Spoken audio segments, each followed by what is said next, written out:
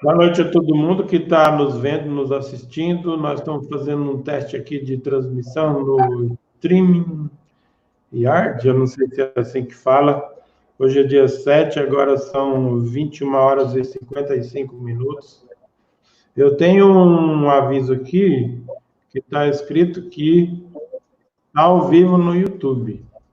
E estou com a grata satisfação de ter comigo aqui a professora Luana, militante, gente porreta daqui de Osasco, que a gente vai conhecer ela um pouco mais.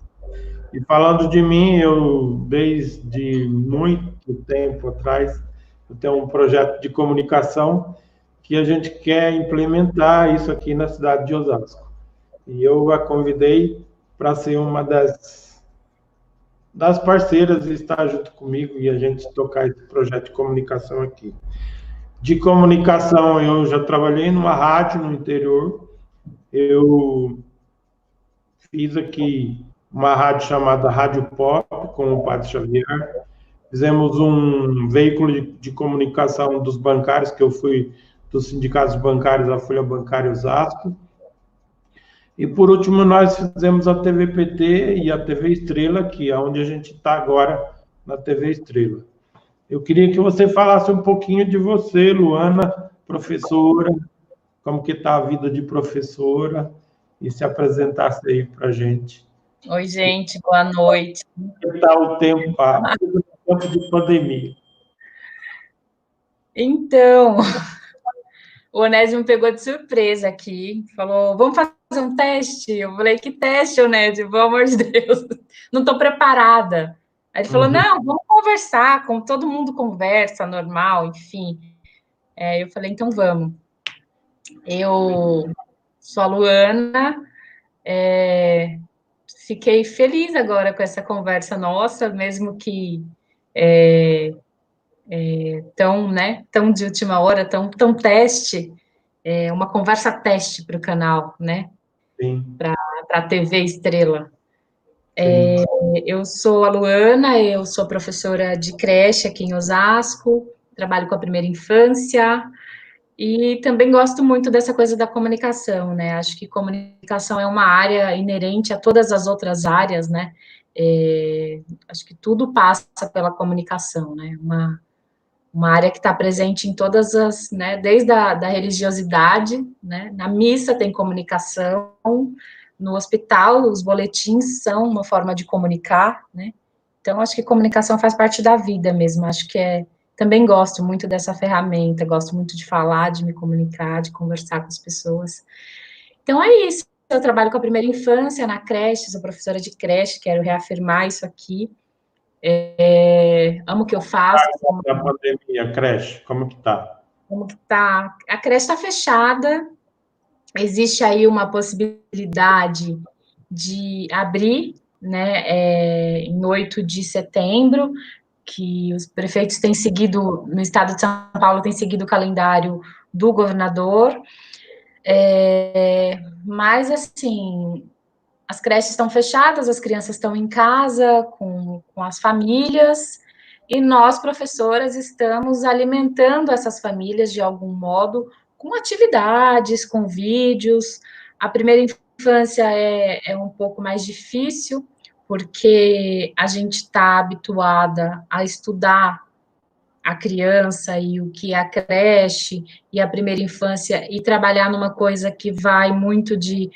A educação infantil é o cuidar e o educar, né? Então, às vezes, quando você não está lá na creche cuidando e educando também, pensando na infância, aí acho que tem uma coisa meio que de, mas o que as professoras estão fazendo em casa? As professoras estão fazendo muita coisa, as professoras estão planejando, as professoras estão lendo, as professoras estão vendo inúmeras lives, que inclusive a prefeitura tem mandado, mas as professoras não têm, por exemplo, sido chamadas a dialogar sobre a volta às aulas, né, nas escolas, e nós somos tão linha de frente quanto as enfermeiras, os médicos, as médicas nos hospitais, né? Então, sem as professoras, a escola não existe, né? Assim como sem as crianças também, a escola perde sentido. mas é necessário que o poder público chame a gente para uma conversa, que ele escute nós que estamos no chão de fábrica da creche, das escolas, né, da EMEI, do Ensino Fundamental 1, e tantos outros. Acho que não dá para haver uma volta, né, avisar que vai voltar na sexta e voltar na segunda-feira, né? A saída foi muito abrupta, mas a volta precisa ser uma volta planejada, e ao meu ver, a creche não está preparada ainda para voltar, né? Porque é muito contato físico, é uma relação é impossível o distanciamento social de 1,5 metro na creche, né? As crianças abraçam, beijam, educação infantil é afeto, né? Então, não dá para pensar a volta nem tão cedo, né? Com certeza. Você nasceu aonde? Eu queria dar só um dado, que desde a pandemia, mais de 500 crianças, segundo a Associação Brasileira de Pediatria, se eu não estiver enganada, mais de 500 crianças já morreram por Covid, né? E as crianças são sensíveis a pegar, sim, Covid. Então, muitas vezes a gente discute a criança como se a criança fosse um ser que é imune, né? E não é verdade isso. Mais de 500? Mais de 500. Nossa, a Sociedade Brasileira de Pediatria, se eu não estiver enganada. Então, a gente também não joga luz nessa população, né? Eu brinco, eu falo, a gente não como é que fala? A gente não discute a criança, não pergunta para a criança, né? Então, acho que nessa pandemia, a educação tem que perguntar para a ciência, né? E a ciência e a educação precisam dialogar para chegar num denominador comum que seja melhor para todos, né? E os pais, e os professores e os governantes têm que conversar e se entender para esse momento de volta, né?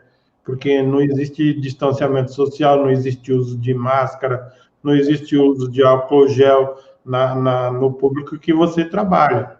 Na educação infantil, por exemplo, 2 anos, os bebês de 0 a 2 anos, eles não podem usar máscara, né? Não é recomendável, porque eles podem ter sufocamento, então não dá.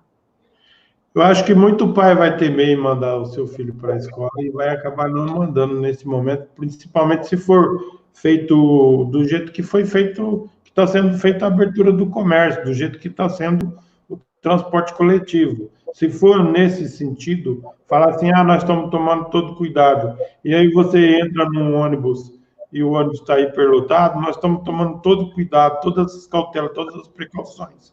Aí você vai na região de comércio, lá no Brás ou na 25, ou qualquer lugar da cidade que tem uma região de comércio, é hiperlotado, os pais vão saber que não dá para mandar o filho. Corre o risco. Não precisa ir muito longe, né, Onésimo? A gente tem aqui o calçadão Antônio Agu, é a segunda maior região de comércio a céu aberto do estado de São Paulo, né? Então, que já tem se aglomerado, a Primitiva Vianco é uma outra rua de comércio popular, também a céu aberto, que também movimenta muito na cidade, e que eu não tenho andado muito por aí, mas eu saio para ir ao mercado, quando é estritamente necessário. Mas a vez que eu saí, eu consegui ver um pouco desse movimento, e até me assustou um pouco. A pandemia, para mim, tem sido bastante difícil, a gente tem muito medo de sair, mas algumas vezes a gente tem que sair, como hoje, por exemplo, eu tive que ir ao supermercado fazer compra. Então, você sai com aquele pavor, né? É um terror. Você não tem aquele vizinho que faz a compra para você? Não tem ninguém que faça compra para mim, é eu que tenho que ir fazer. Tem que ampliar essa rede de solidariedade aí, hein? Vamos ampliar, é verdade. Então, eu perguntei aonde você nasceu, e aí eu vou linkar uma outra pergunta. Você conhece o governador, como que é o nome dele? Que você fez uma live recente? Wellington? Dias. Wellington Dias. Você fez uma live recentemente com ele, né? Eu achei muito legal assistir. Bom, obrigada pela sua audiência. Muito bacana. Bom, o Wellington Dias é um companheiro, né, de partido, um companheiro querido, e foi a ideia é que fosse uma conversa mesmo, para a gente dialogar como que o estado do Piauí eles têm feito a gestão da crise sanitária lá, né? O Piauí é um exemplo extraordinário de gestão das políticas públicas nesse sentido, que eles conseguiram fazer uma gestão competente da crise, né? Porque eles vão numa lógica de prever as coisas. Então, por exemplo, aqui em Osasco, em algum momento, a prefeitura, né, através do gestor, disse o seguinte: se você tiver, né, se você tiver um resfriado, que não sei o quê, se está sentindo algum sintoma, fica em casa, espera mais um pouco, vê se é isso mesmo, espera para poder acessar um serviço de saúde. No Piauí, não. O governador tem dito o seguinte, a equipe dele. Primeiro que tem um comitê de cientistas lá, né, para lidar com essa questão da crise. É sempre bom perguntar para a ciência, que é a bola da vez, como que a gente pode sair disso, ou como que a gente pode, né, se não sair, mas passar por isso de uma forma com menos danos. E lá eles têm essa lógica de chamar as pessoas, fizeram muitos e continuam fazendo muitos testes rápidos, né? Então, assim, o Nordeste está dando um exemplo e tanto, e o Piauí talvez seja o maior deles, no combate ao coronavírus, né? Desde você pega, por exemplo, mas o que eles estão fazendo na questão da educação, por exemplo, que o país foi pego de surpresa, né? De repente a gente teve que aprender a usar essa ferramenta para se comunicar e também como ferramenta de educação. E, por exemplo, no Piauí, por ser um estado grande do ponto de vista de território, tinham lugares lá que os professores não tinham, que as comunidades não tinham acesso à escola e a professores, né? Por mais que o governo do estado fizesse concurso naquela região, eles não conseguiam um professor, assim como, né? Por isso que os mais médicos existiram no Brasil, porque a gente não tinha médicos suficientes, os médicos que tem, eles não querem ir para os rincões do país. Então, abri esse concurso lá num determinado município do Piauí e não tinha gente para ocupar aquelas vagas. E eles fizeram, por exemplo, e já faz um tempo isso, um programa onde eles não substitui o professor, mas a TV e via satélite, as aulas e etc., são um aporte a mais para a educação daquele estado. E aí, quando a Covid chega, eles já têm um suporte, eles não são pegos tão de surpresa assim nessa área. É isso. De um jeito de conversar com a população e se prevenir, né? Então, eu acho que, eu não sei quantos minutos nós estamos falando, mas acho que a gente já falou uns 10 minutos. Eu estou sem controle aqui. Eu consigo ver aqui, são 13 minutos e 7 segundos. Então a gente vai caminhar para a conclusão, porque senão ninguém vê o nosso teste. Tá bom. Enjoa de nós no nosso teste. Então, só falando aqui um pouquinho da questão de Osasco, da pandemia, da política local, você fez a live com o Emídio, e o Emídio fez com o Emídio e com o Batista, que provavelmente são dois. O Emídio é o pré-candidato prefeito do PT, o Batista deve ser um dos pré-candidatos a vereador, que também é do Piauí, né, e que conhece o governador. Eu achei muito legal. E você? Então, para mim, foi uma grata surpresa. Eu achei assim que você se comunicou, se expressou muito bem. E é por isso que eu quero que você entre nesse projeto aqui com a gente, para a gente fazer umas lives aí com as pessoas que estão em casa, né? A gente passou a concorrer com grandes redes de emissoras de televisão e tudo mais, mas é um jeito da gente falar de nós aqui, né? Eu acho que a gente ganha quando a gente fala de nós aqui, da nossa realidade local. Em Osasco, a gente tem uma pandemia pegando pesado, o Emídio tem propostas para... Porque eu acho que isso... Eu gostaria que acabasse amanhã, mas isso ainda vai se estender um período aí. E o Emílio está com as propostas legais, fez um discurso muito bacana dizendo que é pré-candidato e dizendo que não tem medo de enfrentar a máquina, que já fez campanha sem máquina. Eu achei excepcional o discurso, teve muita gente, teve Haddad, Teve muita gente que veio cumprimentar o Joaquim Soriano. Pela coragem e tal. Então, achei muito legal. Queria que você falasse um pouquinho da sua militância, do PT de Osasco, acho que do Cine Debate, que foi um negócio que você tocava aqui na cidade de Osasco, e a gente caminha para o encerramento, e eu fico por aqui. Eu estou em Osasco desde os 16 anos, né? Estou na militância, acho que tem quase uns 20 anos aí de PT. Bom, eu acho que a gente precisa trabalhar muito, trabalhar duro, que é o que a gente já sabe fazer e já vem fazendo, né? Eu acho que a questão de militar e de falar de política pública e discutir a vida da sociedade e pensar um projeto melhor de sociedade para as pessoas, tanto na área da saúde, quanto na educação, a cultura, o acesso à cultura, e várias outras áreas agora, acho que a questão do emprego, da renda, da economia solidária, né, da violência contra a mulher, de como a gente vai pensar essas questões, a gente não parou para pensar essas questões agora, né? A gente, enquanto partido, a gente continua pensando essas questões todo dia, mas agora, nesse período pré-eleitoral, digamos assim, a gente intensifica essas discussões, né? E eu acho que a gente tem tido muitas boas discussões, né? Hoje mesmo teve uma discussão sobre o programa de governo na área da saúde. Então, muitas questões foram colocadas, como que a gente vai sair de tudo isso? A OS ou as OS são ou não são bons caminhos para a gente fazer a gestão da saúde com qualidade, né? Será que a gente não tem que, por exemplo, fortalecer o Estado, fortalecer as políticas públicas de saúde de Estado, e não... Fortaleceu tudo, né? Exatamente, fortalecer o SUS, que é uma política maravilhosa, o SUS, as pessoas não sabem, mas quando eu nasci não existia o SUS ainda, né? Eu sou mais velha que o SUS. Na época que eu nasci, as pessoas que tinham acesso ao SUS eram pessoas que tinham carteira de trabalho assinada, né? Porque não era, o sistema não era universal, o SUS, Sistema Único de Saúde, não tinha isso.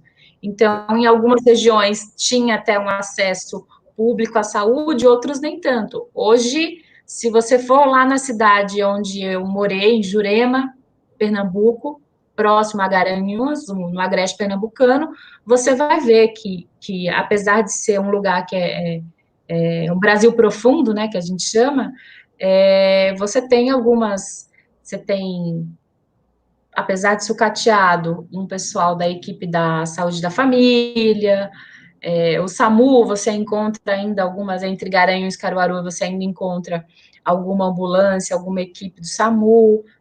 É claro, esses últimos governos precarizaram bastante, né? Mas a gente precisa entender e ser um militante do SUS, assim, dizer que o SUS é uma coisa maravilhosa, dizer que se a gente estivesse nos Estados Unidos, a gente teria que pagar a conta, né? Então, nós visitamos UBSs, hospitais, e a gente não sai de lá com a conta da luva que o médico usou para te examinar, você não vai ter que pagar aquilo, não naquela hora. É claro que a gente paga porque a gente paga imposto, né? Então, é uma outra relação. A gente está pagando, mas não é ali, né? E com essa pandemia, o SUS vai sofrer mais ainda, né? Porque as pessoas que tinham, as famílias que tinham plano de saúde, elas passam a não ter mais plano de saúde, porque o plano de saúde é muito caro. Inclusive, plano de saúde para a terceira idade. Eu acho que não dá para pensar a política pública de saúde na cidade sem pensar a terceira idade, porque a terceira idade não vai ter condições de pagar. Quem tinha já não vai ter mais condições de pagar o convênio, vai utilizar a rede pública, e a rede pública precisa estar preparada para atender esse idoso, assim como as calçadas públicas precisam estar preparadas para que idosos andem nela, precisa ter acessibilidade, enfim, repensar a cidade sobre várias óticas, né? Sobre a ótica das crianças, dos bebês, dos idosos, né? São dois pontos. Mas eu acho que a gente precisa pensar isso. E o PT tem pensado nas várias áreas das políticas públicas e como a gente trabalha de uma melhor maneira para construir uma sociedade melhor, fazendo disso as políticas públicas, né? Que as políticas públicas sejam a coisa que vai levar a sociedade a viver melhor, né? Porque se a gente consegue ter saúde, educação, mobilidade urbana, acesso à cultura, como era no programa Cine Debate, que a gente levava para as periferias, cinema, através da prefeitura, o poder público fazia esse encontro, né? Das pessoas que estavam nas áreas periféricas com o cinema. O cinema é uma arte muito cara, né? Muito elitizada. Então, eu brinco, eu falo, cinema não é uma coisa, né, que, eu vou fazer cinema porque eu vou né, o acesso é muito caro, né? assim como aos museus, ainda são bem precários para a população de baixa renda, né? Então, a gente precisa mudar essa lógica. Né? A gente precisa fazer, assim como a gente faz política de redistribuição de renda como Bolsa Família, a gente precisa fazer política onde as pessoas consigam acessar cinemas, museus. Só assim a gente vai ter uma sociedade mais, enfim, mais consolidada, que cobre os seus direitos. Fala como que era aí o Cine Debate, que você era uma das organizadoras aqui em Osasco. Cine Debate, eu acho que eu continuo apaixonada, o programa nem existe mais, mas eu continuo apaixonada por ele, né? Em alguns, viu? Oi? Eu assisti alguns filmes no Cine Debate. Cine Debate, a gente, por exemplo, nós exibimos filmes como Eles Não Usam Black Tie, era um programa da Prefeitura de Osasco, da Secretaria da Cultura, nos anos de 2011, 2012. Na época, o secretário era o Luciano Lubi, uma grande pessoa, uma pessoa muito querida. E esse programa Cine Debate, ele tinha 3 vertentes. Uma era promover o acesso da cultura, né, o acesso ao cinema, às pessoas que nunca tinham assistido. Então, por exemplo, nós fazíamos parceria com a Eletropaulo, para levar em algumas regiões da cidade o acesso ao cinema. Então, a gente chegava, colocava, né, a Eletropaulo tinha uma estrutura muito grande, junto com a prefeitura, para a gente promover esse acesso, e era muito bacana, porque em alguns bairros as pessoas falavam, nossa, minha filha, mas eu nunca vi uma tela tão grande na minha frente, isso que é o cinema? Isso aí é cinema? Né, enfim, pessoas que tinham idade para ser minha avó, nunca tinham ido ao cinema. Então, foi muito gratificante promover esse acesso, ver que as crianças da periferia também gostavam muito. E, para além disso, nós fazíamos exibições de teatro chamado Grande Otelo, aqui na região central da cidade, próxima à prefeitura. Eu fui no Grande Otelo. Foram as vezes das quais você participou, acho que foi mais no Grande Otelo mesmo, né? Foi. E aí, o Grande Otelo, nós exibíamos o filme, chamavam um diretor do filme, alguém que tivesse participado, atuando no filme. No caso Eles Não Usam Black Tie, eu não sei se você assistiu esse dia, mas nós chamamos o filho do Gianfrancesco Guarnieri. Não assisti esse dia. E ele veio e ele contou, assim, um pouco de como tinha sido os bastidores, a gravação, a gente discutia um pouco sobre o filme, a gente debatia, né? Exibia o filme e depois debatia sobre ele. E uma terceira vertente, assim, do programa, um tripé, né, uma terceira coisa, era não eram exposições, na verdade, eram amostras de cinema. Então, fizemos amostras de cinema italiano, eu não lembro, fizemos umas 2 ou 3 amostras, né, porque também o programa não durou tanto tempo assim, mas nós fomos muito felizes, assim, a gente conseguiu fazer lançamento de livro no programa, né, falar sobre a questão da ditadura militar, sobre direitos humanos. Então, é uma forma de usar a ferramenta do cinema para conscientizar, para dialogar com a população, com a juventude, com os idosos, com todo mundo, né, com o conjunto da sociedade, de uma forma mais leve, né, porque às vezes você chama a pessoa para conversar sobre um tema, e aí a conversa pode ficar chata, mas se esse disparador é feito por uma película, por um filme, aí isso fica mais leve. Enfim, mas eu sou muito, assim, muito coruja, né? Gosto muito da ideia do Cine Debate, acho que a gente precisa voltar a promover acesso à cultura, acesso ao cinema, né? Porque falar de acesso à cultura, na verdade, a periferia já tem a sua cultura, os espaços já têm a sua cultura própria. Mas a questão é o que eles querem e podem querer acessar e não acessam, né? Acho que tem que estar à mão, e aí você pode escolher se você quer acessar ou não. Mas precisa existir a possibilidade de acesso, né? Se o Emílio voltar, você vai pleitear que volte o Cine Debate? Com certeza, eu acho que tem que ser uma bandeira da juventude, né? Que a gente consiga... É um espaço de lazer, né? Exatamente, não, eu não consigo ver... Cultura é de lazer também. Exatamente. De encontro, de debate, de se autoconscientizar. Então, Exato. É um instrumento de cidadania, a cultura, né? O circo, nós tivemos um programa também nessa mesma época que era o Circo na Ponte, a Ponte do Circo, que era na Ponte Metálica, né? Que é uma referência, quando se diz Osasco, assim, todo mundo fala, Ponte Metálica, próxima à prefeitura. Tínhamos ali várias coisas, aulas de malabares, aulas no tecido, a cultura que na cidade, né? Então era muito bacana, assim. Eu sou uma, entre outras coisas, uma ativista e uma pessoa que preza muito as relações culturais, né? Até mesmo porque eu venho de um lugar, né, no Agreste Pernambucano, que na minha grade curricular nós tínhamos, por exemplo, o coco, não exatamente a grade curricular formatada, fechada, mas a gente tinha coco, maxixe, chachado, baião, como ferramentas que a gente via e conhecia na escola, porque é necessário conhecer nossa cultura, né? É o que nós somos.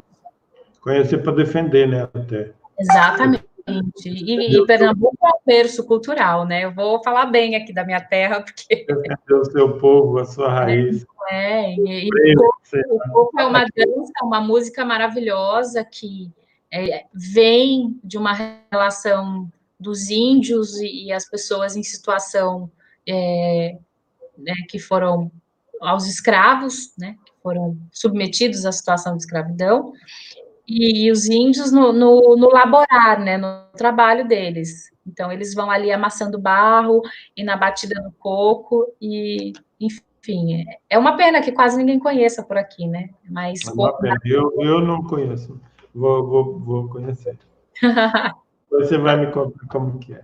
Deixa eu te falar mais uma coisa. Quantos minutos está aí no seu reloginho? 27 minutos e 46. A gente fala demais.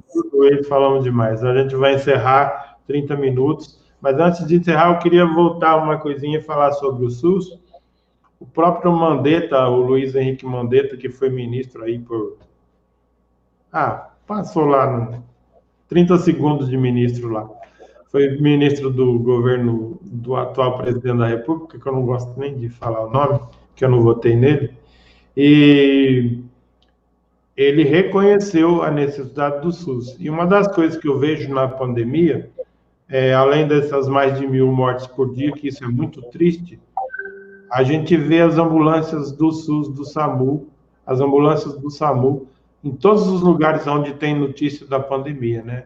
Então, eu vejo com alegria que esse povo, ele não tinha acesso a esse tipo de transporte de ambulância antes do presidente Lula. E agora, com o governo do Lula, 2 mandatos do Lula, um da Dilma, a gente só vê ambulância do SUS em todo o Brasil. E a organização que foi feita através do SUS permite todo esse atendimento e a gente não está conseguindo, de certa forma, se não fosse o desprezo pelos métodos de combater a pandemia, o SUS é o grande esteio de combater essa pandemia horrível que está aqui no Brasil, né? E a gente espera que o povo brasileiro supere e, quando voltar à vida normal, valorizar essa saúde que o presidente Lula tentou implantar, né? E não conseguiu do jeito que gostaria de ter feito. Esse é o meu encerramento da minha parte. Agora eu queria que você fizesse o seu encerramento e pode voltar a falar da cultura normal, da sua terra, e a gente encerra aqui. Cultura também é saúde, né? Mas o SUS é um instrumento fantástico que que faz parte do desenvolvimento social, assim como programas como Bolsa Família, que distribuem renda, mas é uma junção, né? Saúde, cultura. Eu acho que as pessoas que têm acesso à cultura, por exemplo, elas têm saúde mental, né? Inclusive a Nísia da Silveira, ela usava a arte como, né, como terapia para as pessoas que tinham doenças mentais. Mas o SUS é um gigante, o Brasil ganha muito com o SUS.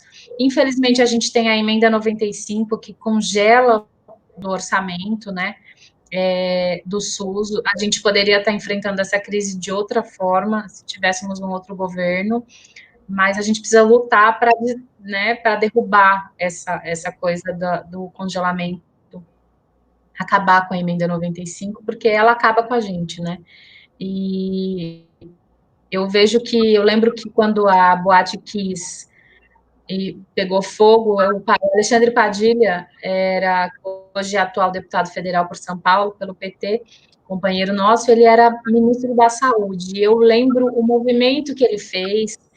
É lógico que a gente não posso comparar uma pandemia com um evento daquele, mas o que aconteceu foi uma coisa completamente inesperada. Também ninguém estava esperando que tivesse que atender também com respiradores, né? Porque a coisa da Boate Kiss pegou muito a questão pulmonar, respiratória, etc. A gente também não estava preparado para atender, sei lá, 300 jovens nessa situação.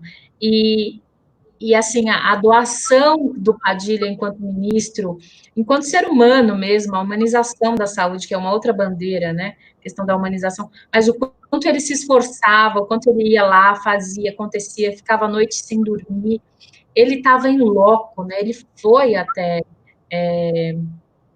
a cidade e acompanhou muito de perto e ficou lá sempre, enfim, e ficou início, meio e fim.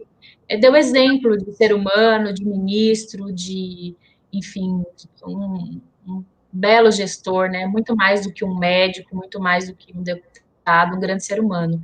Então, fazer essa comparação aí, mas o SUS é maravilhoso, a gente precisa valorizar muito o SUS e lutar para que ele não seja ainda mais sucateado, né? Porque ele é a nossa grande saída. E aí eu quero agradecer esse papo todo, né? Enfim, a gente estava aqui, ele falou, vamos fazer o teste, vamos conversar. Eu falei, meu Deus, mas a gente vai falar do quê? E aí ele falou, não, vamos conversar sobre algumas coisas, tal. Eu falei, queria tanto falar do Cine Debate. Eu falei, então vamos falar. Então eu quero agradecer o papo, é sempre muito bom conversar, trocar ideias, trocar coisas. Enfim, é assim que a gente cresce, né? Você vai ser candidata a vereadora? Eu sou pré-candidata a vereadora pelo Partido dos Trabalhadores e Trabalhadoras, e, enfim, estamos aí, construindo, fazendo a luta por uma sociedade melhor, mais justa, mais igualitária, né? Mas logo, logo A gente volta outro dia para falar sobre isso. Logo, logo eu falo melhor sobre isso. Hoje foi só um teste daqui da nossa transmissão. Obrigada, Onésimo, valeu mesmo. Vamos ver como que fica agora. Se der certo, ela vai para o ar, se não der certo, ela não vai. Vamos ver como é que fica. Não, se a gente se empolgar, a gente faz várias outras. Tá bom. E dessa vez preparado, né? Hã? Dessa vez a gente faz preparado, falando, olha, tal dia, tal hora a gente vai conversar sobre tal coisa. Não me pega assim de calças curtas, como diz o outro, que não dá muito certo. Mas não sei, talvez tenha dado esse nosso papo. Hoje era para ver o peixinho aqui, mas ele não entrou. Ele está na rua aí, atrás do Sérgio aí. Eu falei, então você vai ficar abandonado aí. Vai conversar com o Sérgio, que é importante também. E eu vou fazer com a Luana, professora aqui. Pois é, querido. Obrigada, viu? Tá bom. Tchau, beijo. Um abraço. Tchau, tchau. Valeu.